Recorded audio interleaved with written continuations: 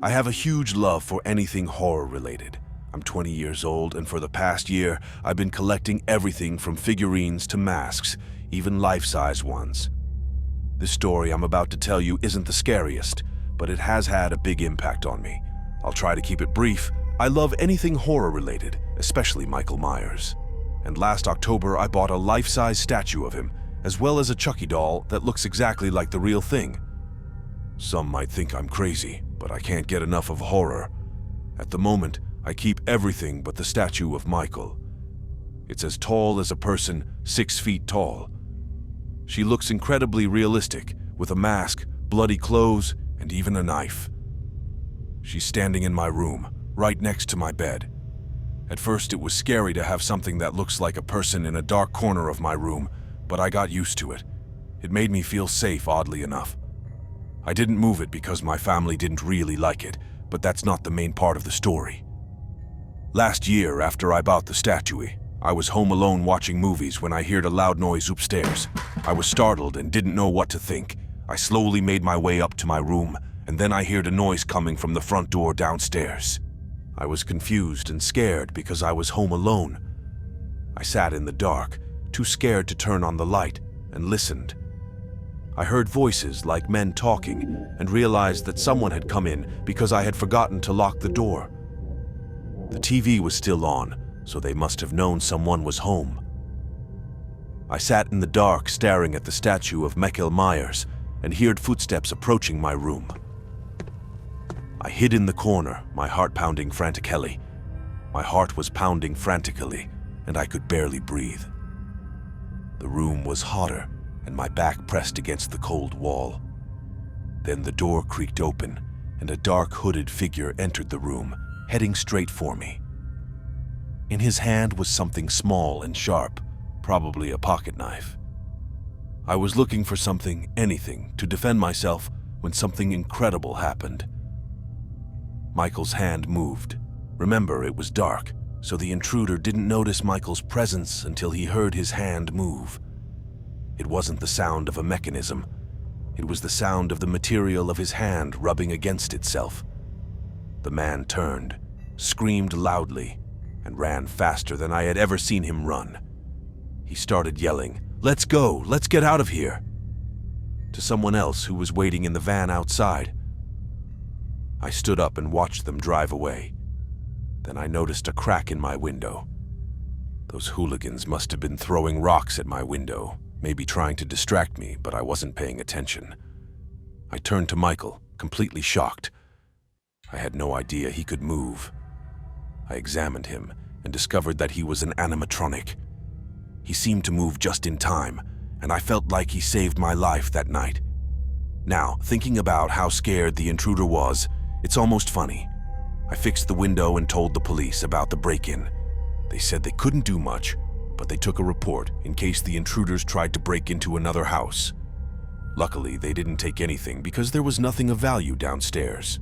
This statue of Michael Myers, which usually looks so real and scares anyone who sees it in the dark, played the role of a hero that night. It sounds crazy, maybe even ridiculous, but it really happened. I am incredibly grateful to have this statue in my room. I never thought she can save my life, especially because she's never moved on her own before. How did she move that night? Was it just a coincidence? I may never know, but I'm very grateful to Michael. Who knows what would have happened if he hadn't been there?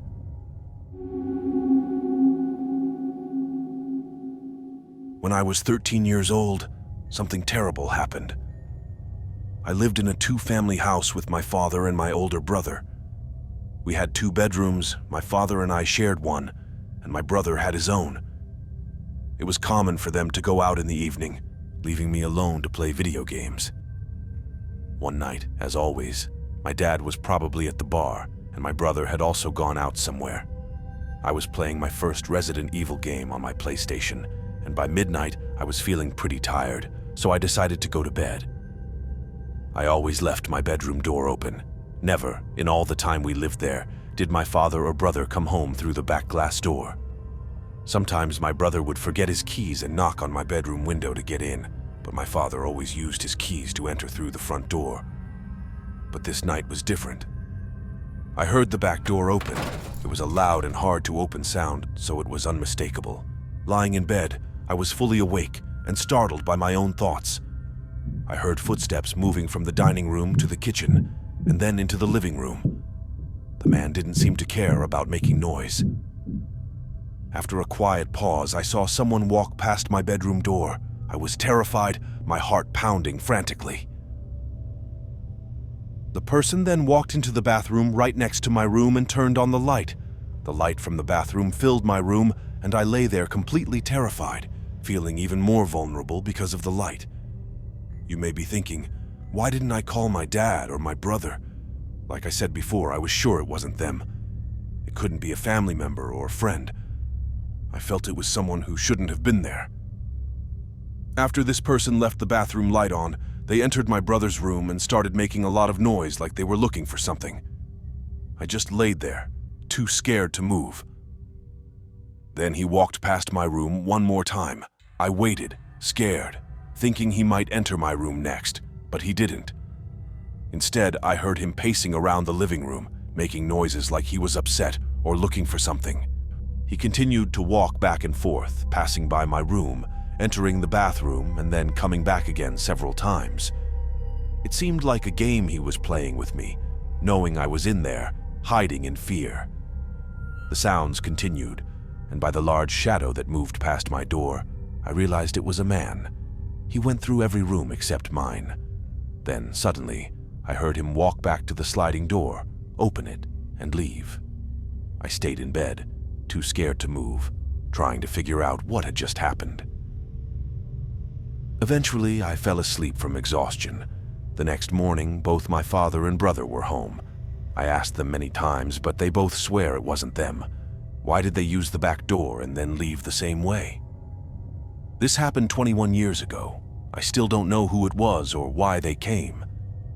Nothing was stolen, but what still puzzles me is why they never entered my room.